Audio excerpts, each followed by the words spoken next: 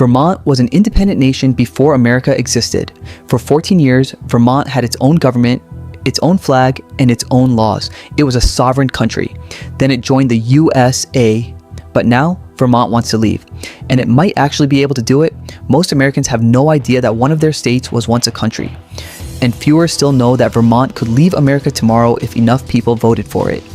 Welcome to the story of how geography, politics, and state sovereignty created a hidden independence movement in the heart of America.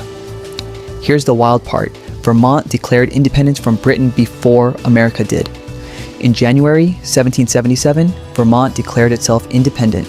They called themselves the Vermont Republic. They had their own government, their own constitution, and their own army. For 14 years, from 1777 to 1791, Vermont operated as a completely sovereign nation. They minted their own money, they controlled their own territory, they had diplomatic relations with neighboring states and Canada. Vermont wasn't part of the American Revolution.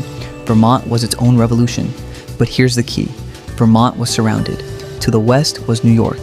To the east was New Hampshire. To the north was Canada. Vermont couldn't survive alone in a hostile world. It needed protection. It needed to join something bigger. That's when the United States came calling. By 1791, Vermont realized independence wasn't sustainable. The world was too dangerous. Nations were too powerful.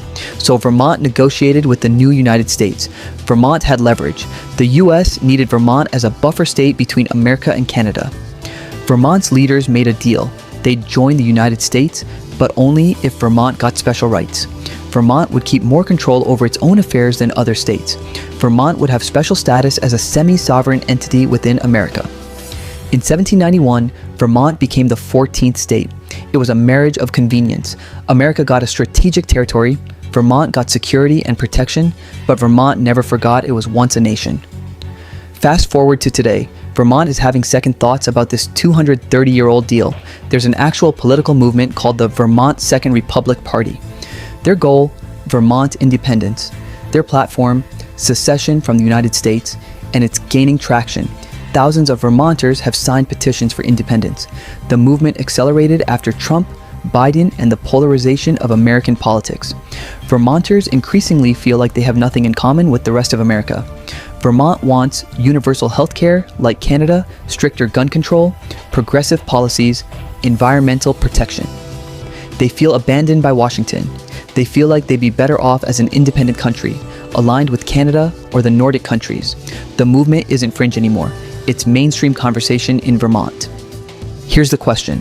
Can states actually leave America legally? No. The Supreme Court ruled in 1869 that states cannot secede. The Civil War was fought partly on this principle. The Constitution doesn't allow exit. But politically, that's different. If Vermont voted overwhelmingly for independence and if the federal government allowed it, which they wouldn't, Vermont could theoretically leave. The legal precedent would be catastrophic for the US. If Vermont left, why not California? Why not Texas?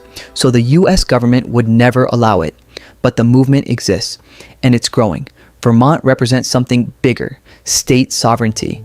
The idea that states should control their own futures, that federal power has gone too far, that maybe local governance is better than centralized Washington power. Vermont's independence movement shows how fragile the United States actually is. For 230 years, we've assumed states are permanent, but Vermont proves they're not. They were once independent. They could be again. If enough Americans felt alienated, if enough states felt unrepresented, the map of America could change. This isn't just about Vermont, it's about whether the United States, as currently constructed, can hold together in an age of extreme political division. Vermont's founding fathers wanted independence. Maybe their descendants will get it. Subscribe for hidden American history, forgotten geography, and the stories that show how fragile our political systems really are. Mapstruck Untold, where geography shapes politics.